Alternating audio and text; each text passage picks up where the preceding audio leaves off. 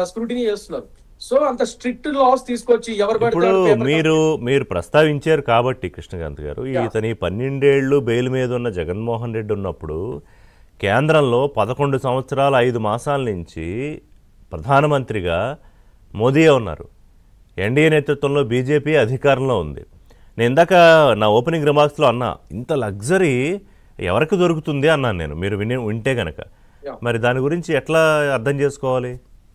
Sir ఇందులో luxury నేను లేదు సార్. ఎందుకంటే ఇక్కడ దర్యాప్తు సంస్థలు సిబిఐ, ఈడీ రెండు కూడా కేంద్రానికి రిపోర్ట్ చేస్తాయి, రాష్ట్ర పరిధిలో ఉన్నవి కాదు. అవును.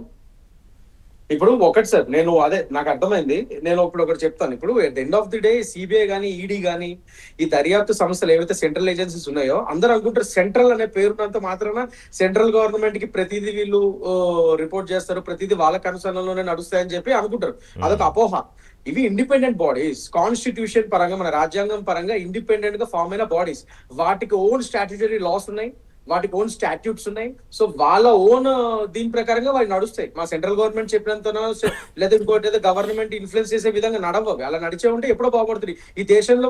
ఒకవేళ నిజంగా మేమే గనక మా కరసనలోనే అవి నడిపించుకునేటట్టయితే ఇవాళ రోజు ఇంకా చాలా మందిని పడి జైల్లో పెట్టేవాళ్ళు. కోర్టులో సీనియర్ న్యాయమూర్తులు అన్నదే, నేను అన్నది కాదు. సిబిఐనే పంజరంలో చిలక అన్నారు న్యాయమూర్తులు. 1-2 సార్లు కాదు, అనేక సందర్భాల్లో. అంటే అదే న్యాయమూర్తులు ఇందాక అడ్స్మిల్ గారు కోట్ చేసినట్టు, ఇంత తీవ్రమైన ఆర్థిక నేరాలు చేసే వ్యక్తి ఎట్లా తిరుగుతున్నాడు, దీన్ని డైలీ విచారించండి, ఇది ఉగ్రవాదం కన్నా ప్రమాదకరం అని చెప్పి కూడా చాలా కాలం అయింది, చాలా ఏళ్ళు అయింది.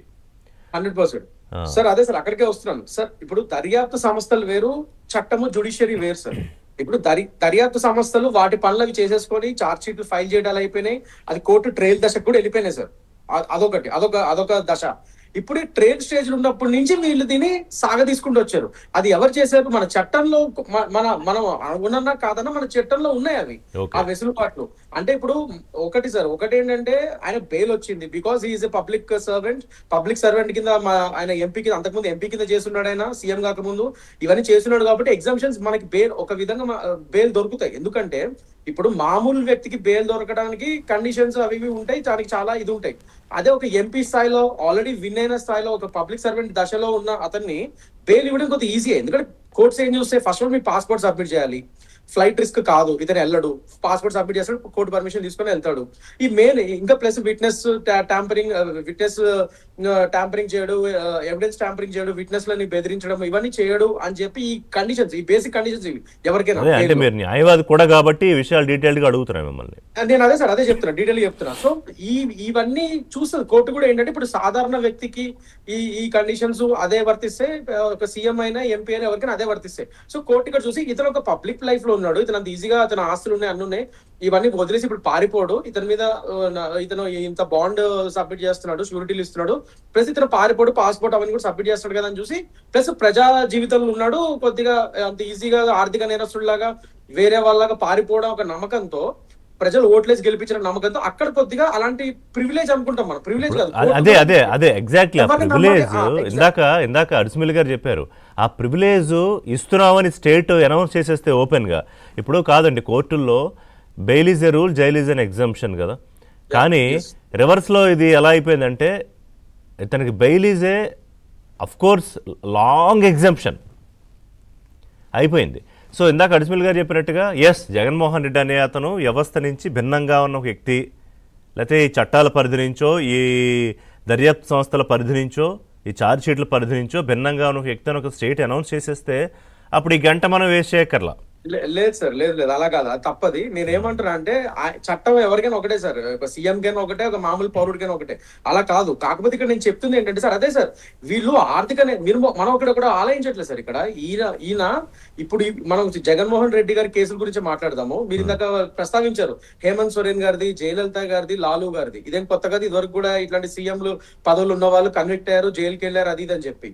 కానీ మనం ఇక్కడ ఒక చిన్న పాయింట్ మిస్ అవుతున్నాం సార్. ఈయన దేశంలోనే అతిపెద్ద ఆర్థిక నేరారోపణలు ఎదుర్కొంటున్న ఒక సీఎం అనమాట ఇతను. మామూలు వాళ్ళతో కంపేర్ చేయకండి, ఈయన అంత మించి చాలా వెళ్ళిపోయాడు, ఎప్పుడు ఎదిగిపోయాడు ఆయన. సో ఎంత మీకు ఆర్థిక నేరాల్లో నిష్ణాతనం ఉండి మీకు ఎంత ఎక్స్పర్టీస్ ఉంటే గానీ మీరు చేయలేరు ఇవన్నీ. ఈ ఎలిగేషన్స్ ఏవైతే ఇప్పుడు ఉన్నాయి ఆయన మీద, ఇవన్నీ చాలా ఒక హై లెవెల్ ఒక ఎక్స్పర్టీస్ ఉన్న వాళ్ళు మాత్రమే చేయగలుగుతారు. సో మీరు చెప్పేదాన్ని బట్టి నాకు అర్థమవుతుందంటే నాకు అర్థమవుతుందంటే he's playing over the system, exactly he's playing over the courts, he's playing over the దర్యాప్తు సంస్థలు సిబిఐ, ఈడీ. ఎగ్జాక్ట్ అదే సార్ అక్కడికి వస్తున్నాయి. ఎందుకంటే వీళ్ళు ఆర్థిక నేరాలు చేయకముందే అసలు ముందే ఎలా దీనికి ఒక బ్లూ ప్రింట్ వేసుకొని, దీనికి ఒక బుల్లెట్ ప్రూఫ్ ప్లాన్ వేసుకొని, అసలు మనం దొరకకుండా ఎలా ఉండాలని దాని మీద వీళ్ళు ఒక పక్కా ప్లాన్ ప్రకారం చేస్తారు. సో ఈజీగా దొరకడం కష్టం ఇందులో. అందుకని ఇవాళ రోజు సిబిఐ కానీ, ఈడీ కానీ అదే మాట్లాడదాం టైం పట్టింది. And at the same time ఇప్పుడు నేను సార్ లీగల్ టీమ్ సార్, వీళ్ళ లీగల్ టీం కూడా చాలా స్ట్రాంగ్ ఉంటుంది. పెద్ద పెద్ద లాయర్స్ ని హైర్ చేసుకుంటారు, అందులో చట్టాల్లో లొసుగులని తెలుసు వాళ్ళకి. సో దానివల్ల ఇవాళ రోజు వందల కొద్ది డిశ్చార్జ్ పిటిషన్స్ వేసుకొని డిలే చేశారు, ట్రయల్ కాకుండా ఎగ్జామ్షన్ పిటిషన్స్ వేసుకొని ఇచ్చేశారు. అండ్ మన దరిద్రానికి 5 ఏళ్ళు అయినా సీఎం కూడా అయ్యారు కదా, వాళ్ళ గవర్నమెంట్ వచ్చింది. ఇంకా సీఎం హోదాలు ఉన్నప్పుడు ఈజీగా బెయిల్స్ మీకు కంటిన్యూ అవుతాయి, అండ్ ఎగ్జామ్షన్ పిటిషన్స్ మీకు అడ్మిట్ అవుతాయి, అండ్ ఇంకా నడుస్తూ ఉంటాయి. అపియరెన్సే లేదు కదా కోర్టుకి. Exactly that's what I'm saying sir. అవన్నీ ఉన్నాయి కాబట్టి ఆయనకు ఆ వెసులుబాటు వచ్చింది. కానీ మీరు ఇప్పుడు ఒకటి చూస్తే సార్, ఇందాక నేను చెప్పినట్టు